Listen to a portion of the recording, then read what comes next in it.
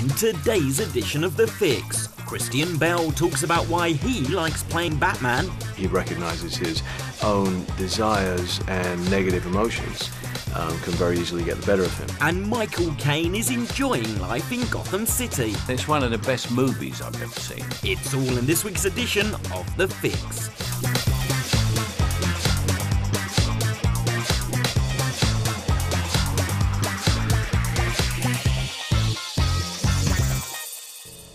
The biggest movie of the year finally arrives. 2005's Batman Begins successfully reinvigorated the rather stale Batman movie franchise. Now its sequel, The Dark Knight, takes the genre of the superhero movie to a whole new level. It's a shame that Bale's arrest has dominated what would have surely been widespread acclaim for his second outing as Bruce Wayne. He spoke the day before his questioning by police of the darkness at the heart of The Dark Knight himself, Batman. He has an inherited altruism from his parents, but he also has something very different from what they had, which is a great deal of hatred and desire for revenge and a propensity and ability for violence as well, with which he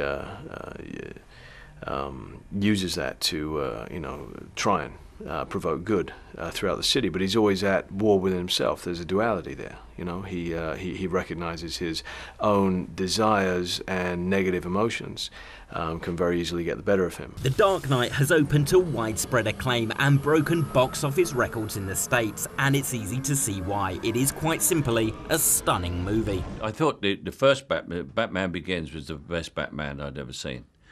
Then I saw this and I thought, this is better. This is a better Batman than the first one. I know I'm supposed to say that, but it is. But then I thought about it, and it's one of the best movies I've ever seen of this genre, action.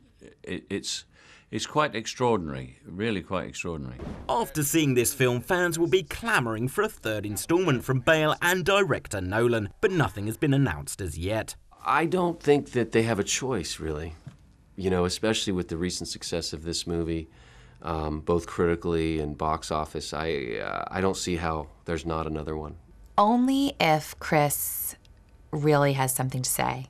If he doesn't, I don't think he should do it, and I know he won't. If he has something new he wants to say, if he has something new he wants to do, then absolutely. I don't really have any feelings at all about a third one at this stage that would be sort of relevant. There's no sense for me of unfinished business with this film. I've really tried to tell a very complete story. At the same time, I felt very much the same way about the first film, and eventually I got hooked on the idea of doing a second one. But I think to do a third one because this film was commercially successful would be entirely the wrong reason to do it. But let's forget about number 3 for a moment and focus on this one. The Dark Knight is a great movie, and yes, Heath Ledger is really that good as the Joker, the best performance of his career. This is a creepy, chilling, thrilling and moving story that rightly deserves to be held as a classic. Miss it on the big screen at your peril. That completes today's fix of celebrity news and gossip. We'll see you again soon.